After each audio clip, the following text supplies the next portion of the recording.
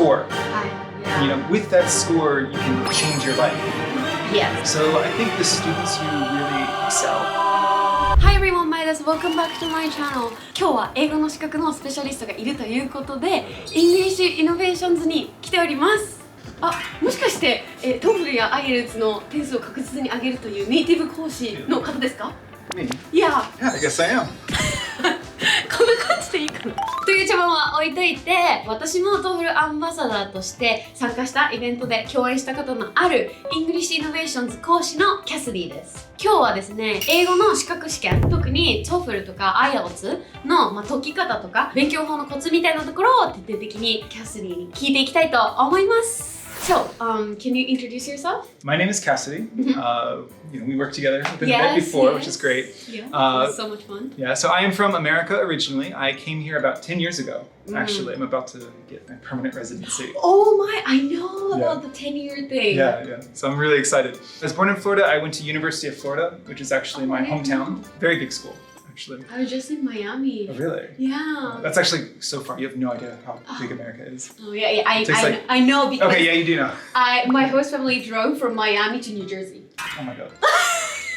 Yeah, at university I studied anthropology. Oh. Finding treasure, digging up things. Yes. But actually I was really interested in linguistics, language. So yeah, I got a job in Japan teaching and came over and I just loved it and ended up staying. For 10 years? For 10 years, yeah, Okay. exactly. Initially when I came here, I was actually working at a conversation school in Ibaraki. A typical Eikaiwa. After that I moved to Tokyo and actually started specializing in test prep. Okay, and you specialize in TOEFL and IELTS? TOEFL, IELTS, TOEIC. At this company we even have a Duolingo program. It's new, right? Yeah. So we cover all the main tests. Okay. Yeah. And I heard that you actually were involved in writing a book about it? Yes, actually this book right here was the number one best-selling or highest rated IELTS test prep book on Amazon. We published it with IDP, who is the co-owner of the IELTS test. And we contributed materials, strategies. A really great book, actually. Okay, cool. But why did you decide to specialize in qualifications, English qualifications? Well, the thing I really like about teaching TOEFL, IELTS, and TOEIC is that there's a very clear goal. There's a score. Yeah. And with that score, you can change your life. Yes. Our company is called English Innovations, but our slogan is innovate your life with English, change your life, because it opens so many doors. You have so many opportunities, as you know. Yeah. English Innovations では TOEFL とか IELTS に特化したネイティブ講師から直接学ぶことができまして、約束の期間内に点数の達成ができなければ、そのスコアを達成するまで無料で授業を継続的に受けることができます。また海外大学提携校が400校もあるので、English Innovations でスコアが垂れた後も幅がすごく広がります。で、今私は新宿校にお邪魔しているんですけれども、横浜と大阪にも校舎がありまして、で、通学が難しいよっていう方はオンラインでも授業を受けることができます。TOEFL、IELTS のスコアアップを目指している人だったり、今自己流で頑張っている人、始めたいんだけど何から始めていいのかわからないみたいな人は無料体験授業があるので、ぜひ一度受けてみてください。概要欄にこちらのスクール English Innovations と提携先の留学情報館のリンクを貼っておきますので、興味のある方はぜひぜひチェックしてみてください。Here you have a lot of freedom and the goal is to get the student's score as quickly as possible. For us, the best thing is the student joins, gets the score and leaves. Oh yeah. I like test prep. I like helping students get their goal. I don't like wasting their time or wasting their money. I don't like taking tests, but I love seeing I'm getting better at this. Yeah. You feel a sense of accomplishment with it. So we have mini tests now, right? ACAN, TOEIC, TOEFL, IELTS, and now Duolingo. What are the differences?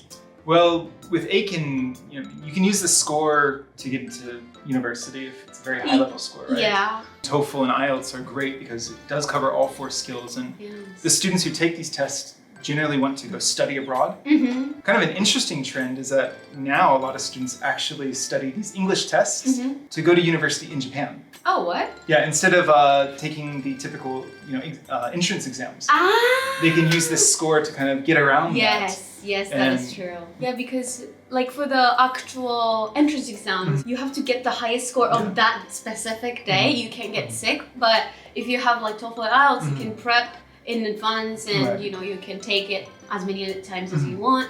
So I heard that you teach students in English here, right?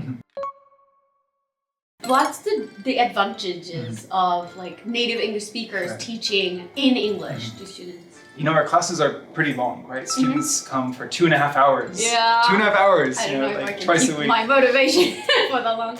Well, initially, a lot of students do struggle. You know, they get tired. They get so tired, like, I have to think and hear English for 2.5 hours. That's longer than most movies. Yeah, that's true. Wow. But it really gives them like an English-only mindset. You know, they're not going to waste time translating in their heads. You know, even if they're stuck using simple English to kind of survive the class, that's a skill. You know, that's kind of like studying abroad in that moment. Exactly. You know? Like you enter the classroom, you have to only think in English, speak in English. Exactly. And you know, our students take between 5 and 7.5 hours of class each week. So we offer like 5 hours of regular class. Plus 2.5 hours of a free speaking writing class where they can get additional practice. And definitely the students who put in that extra effort, you can see the difference in their level. Yeah, I'm sure. Because I think listening and reading, you can like study them at home. But for writing and speaking, you definitely need advice from a teacher, an instructor. So I really appreciated when I was studying for TOEFL, like the advice and the support I got from native English speakers. It's really hard to find opportunities in Japan to actually practice speaking. Just giving them that opportunity, you know, it's not just an hour a week. That one chance you get, you have 7.5 hours at least chances. What are some of the differences between students who like instantly improve their TOEFL/IELTS scores or like who have the same score forever? Sometimes it depends on how stubborn they are and if they're willing to actually listen to the teacher. Some students, you know, they have bad habits. You know, they come into the school having learned a certain way, which is just sit there, be quiet, listen to the teacher, and that's it. As long as I listen to the teacher, I'll get a high score, as long as I take notes. You know, but in these tests, you need to have output, you need to contribute. So I think the students who really excel, the ones who succeed in this company, in this school, they actually put in a lot of extra effort and they have the motivation to. We have students who want to play sports abroad. You know, their dream is to play soccer at an American university, for example. That's actually one of our former students who became staff. I was talking with her yesterday. She told me that when she was studying, she watched Kung Fu Panda 30 times until she understood it. You know, like, so that motivation, that commitment to English, you know, not only in the classroom, but outside of the classroom, really makes a big difference. I guess like the stuff you study here would definitely help you like abroad. You have to just practice to get better. Right. You can't be shy, you can't hold back your opinion, which is really hard for a lot of people in Japan.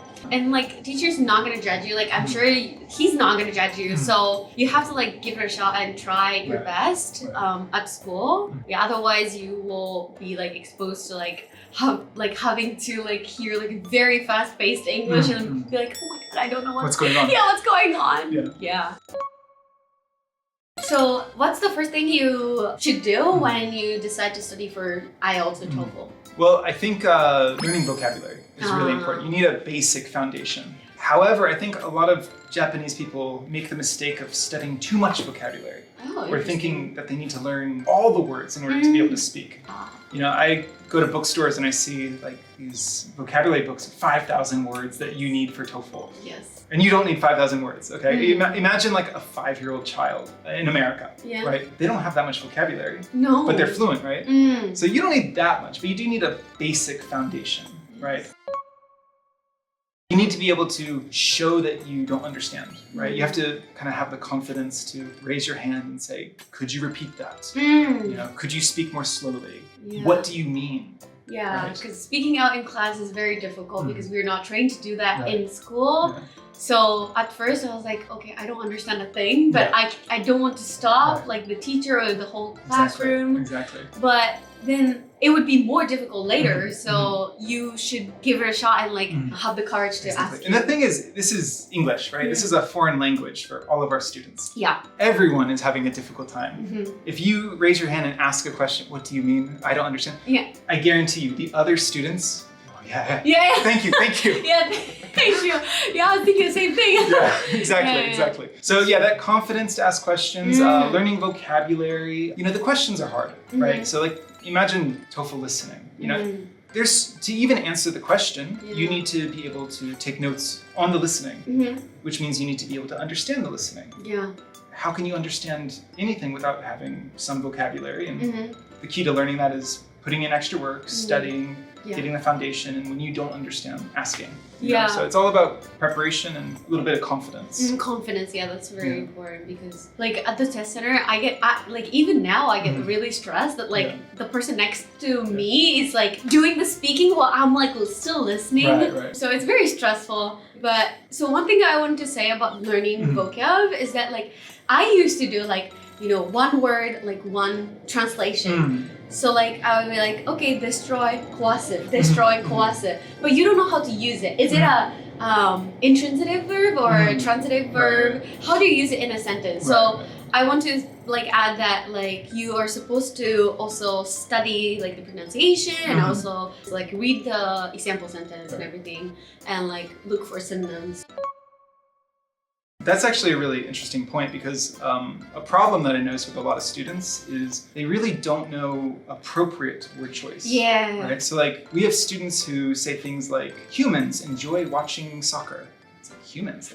You sound like an alien, right? Like people enjoy watching soccer. Like imagine like in Japanese, you know, of course like the standard example is like you. There's so many different ways of saying you, right? Where if I'm like, omae, it's really rude. You have to be very careful with the appropriate words. You know, that's, of course, it takes time to learn that. Yeah, it does. But that's kind of the risk of learning the word in the translation, because you don't know the context that it's used in. So you need to make sentences, you need to produce. If you learn a word, don't just learn the translation, use it in a sentence, make the sentence, ask your teacher to check it. Like use it in a sentence and write it in your diary and show it to your teacher. Or Exactly. There's so much that students can do also at home, you know, outside of the classroom, that will benefit them in the classroom. You know, if you just come to school, it's not enough, right? You went to school for 6 years in Japan learning English. It wasn't enough. You need to produce, you need to, and then get feedback, which is kind of the benefit of having this kind of school and instructors who are, you know,